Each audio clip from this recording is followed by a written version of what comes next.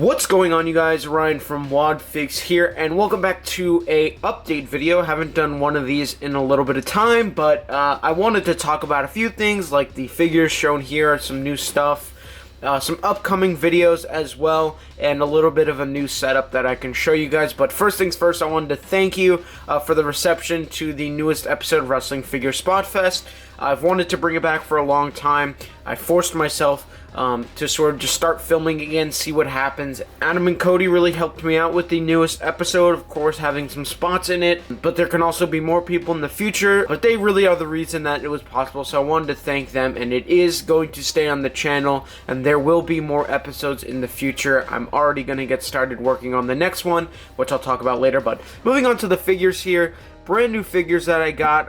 I'll talk about it, but first things first is this Seth Rollins fix-up on the WrestleMania 31, or Seth cashes in. Obviously, it's the Elite 63 brand new True Effects head scan on this body. This got a ton of support on Instagram. It's one of my favorite fix-ups, along with the SummerSlam Seth Rollins. So I'm super happy with how this turned out. It just looks incredible. I also recently got the SummerSlam Matt Hardy figure. Finally, it was on Amazon for only 13 bucks, and it was definitely worth it. I'm not sure why I waited so long to get it. It's really an amazing figure, and the shirts it comes with are amazing, which is why I have it featured on this fix-up Matt Hardy. It just looks incredible, so I'm super happy with that. The other day, Jesus came over. We did some trades. He also fixed some stuff for me. So one of the things I got from him is this Bret Hart attire CM Punk, which has always been one of my most wanted CM Punk elites, and it just looks awesome. I got the WWE Championship with him too, and I'm also probably going to be swapping the head just because I want to put a different one on here. I have this on some other Punks, so there we go. One last look at Punk. He also torso swapped to my Tommaso Ciampa. This is the same torso that he has on his elite to give him that updated, more ripped look. Before this, he had the Bryan torso, which I thought was just a little bit too small.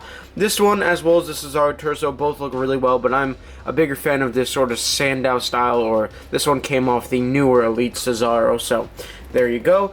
I got this Daniel Bryan figure from him too. I'm kind of thinking about doing a fix-up with it and giving him all black kick pads. Obviously, since he turned heel, he now wears the all black kick pads, no more designs and everything, which I think would look pretty unique. But this is the sort of updated GM head scan on the, is this Elite 32, I believe, so that was a good deal. And then finally, he torso swapped this Cesaro, so I have the older style torso on there, which I'm a bigger fan of for the Cesaro personally. I'm going to be doing some swaps on this, though. I'm going to be swapping the head, probably the arms, and also giving him some new lower knees. But that does it for the figures that I got. Once again, just going to line them all up so you can see.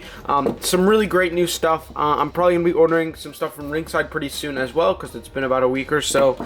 But getting on to my new setup, so, or I guess this kind of ties into the new setup, but obviously now that Wrestling Figure Spot Fest is back, an idea that we came up with for the episodes is that every now and then, or every episode, it can have a new theme. So, like, for example, the episode 7, the next episode of Wrestling Figure Spot Fest, the theme is going to be TLC, so every spot will have to involve either a table, ladder, or chair, or even all three. That'll carry out the entire episode so that everybody who's filming will have a spot again with the weapons.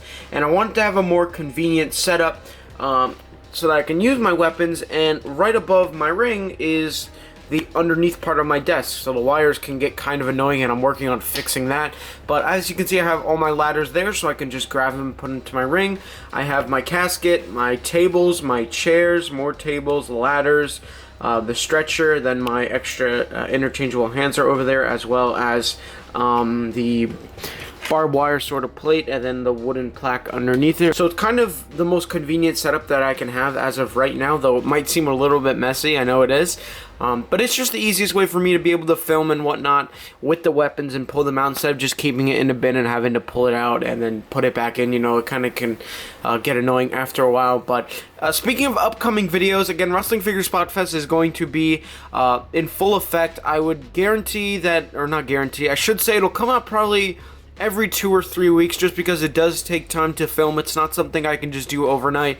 It takes a while to put together, and also to get the footage from Cody or Adam. It just kind of takes a little bit of time to put together, so that's still going to be in full effect. I do have another draft video coming up very, very soon, which you guys have been asking for, so stay tuned to that. And also a fix-ups video. I wanted to compile my favorite fix-ups that have been seen on start to finish, as well as not on start to finish, so that'll be coming out soon as well. That does it for this short little video. Thank you guys for watching. If you enjoyed, make sure you leave a like. Of course, subscribe if you haven't already. And as always, stay tuned to the next one.